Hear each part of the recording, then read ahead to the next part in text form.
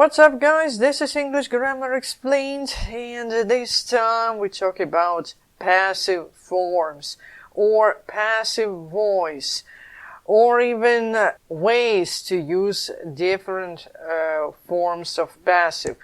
So let's consider these sentences below. What we see here, the document cannot be changed. So here, of course, I have subject, and then I have this modal verb, and then I see this thing here, be changed. So what is this? Right, you are. This is passive infinitive. So this is passive structure with modal verb. If I use modals, I have to use infinitives. So if my sentence is passive in some way or whatever, I have to use passive infinitive. So be with past participle. Number 2, I've had my document changed. So what we have here? Here again, I have subject. Then I have this present perfect. This is the main verb. Then something here. Perhaps this is object. Yes, of course, it is object. No secret. And then, what is this here? Here I have past participle. Past participle is always passive. So basically here I have causative form, because if we look at this sentence, we see have, and then object number 1, and then object number 2 is past participle. So this is causative form. Classic. Number 3, the document was not changed.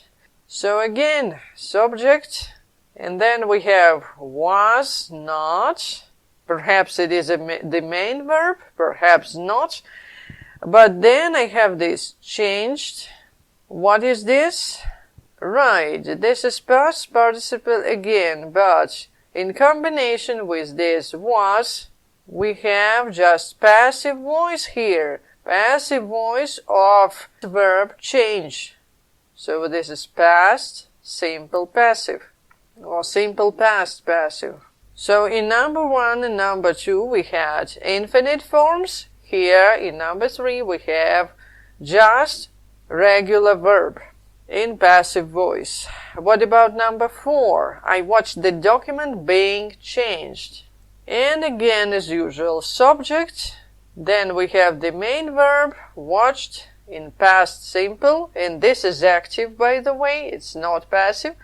And then we have the document, and then being changed. What is the document? Of course, this is object. And what about this being changed thing? This is present participle, but it is passive. So we have present participle, or participle 1, passive. If we look at this sentence a little closer, we can see complex object. Complex object with participle. Okay, number 5. I want this document changed.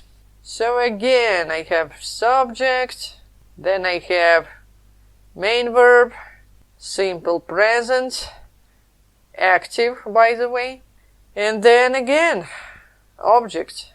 And then again, I see past participle here. So basically here I have complex object again, but complex object with past participle, not present, but past. And that's the main difference. Technically, number 4 and number 5 are the same. So we have this set of different passives. Some passives are quite familiar, like number 3, the document was not changed. This is classical past simple passive. And other sentences are not quite familiar. Number 4 is really, well, kind of exotic. And of course, we saw such sentences as number 1 with modal verbs. So, if we want to use some kind of passive, it's not necessary to use finite verbs. We can do with infinitives, we can do with participles, and so on. So, passive can be expressed both with finite forms and infinite forms. So if we use it with finite forms, this is classical passive voice of any verb we can remember. It can be present, it can be past, it can be even continuous or perfect or whatever, future, whatever you would like it to be, is changed, was changed, will be changed. Nothing really special, nothing really fancy. We all know these things. And these things are in some way trivial or in a way cumbersome, not always suitable, makes sentence long, and well, personally I don't like it. What about infinite forms?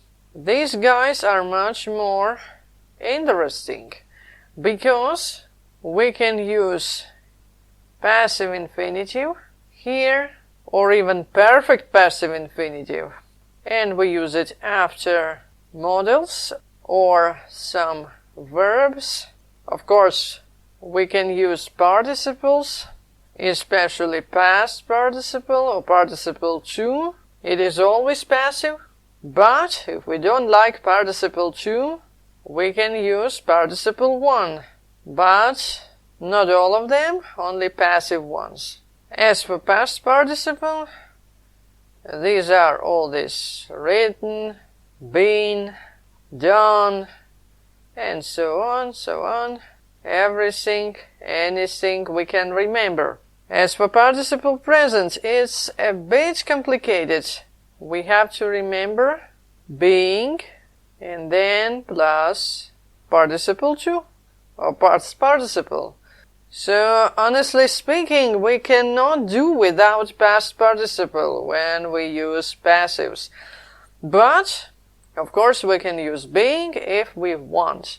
And as a result we have these fancy guys: being written, being taken, being done, etc., etc.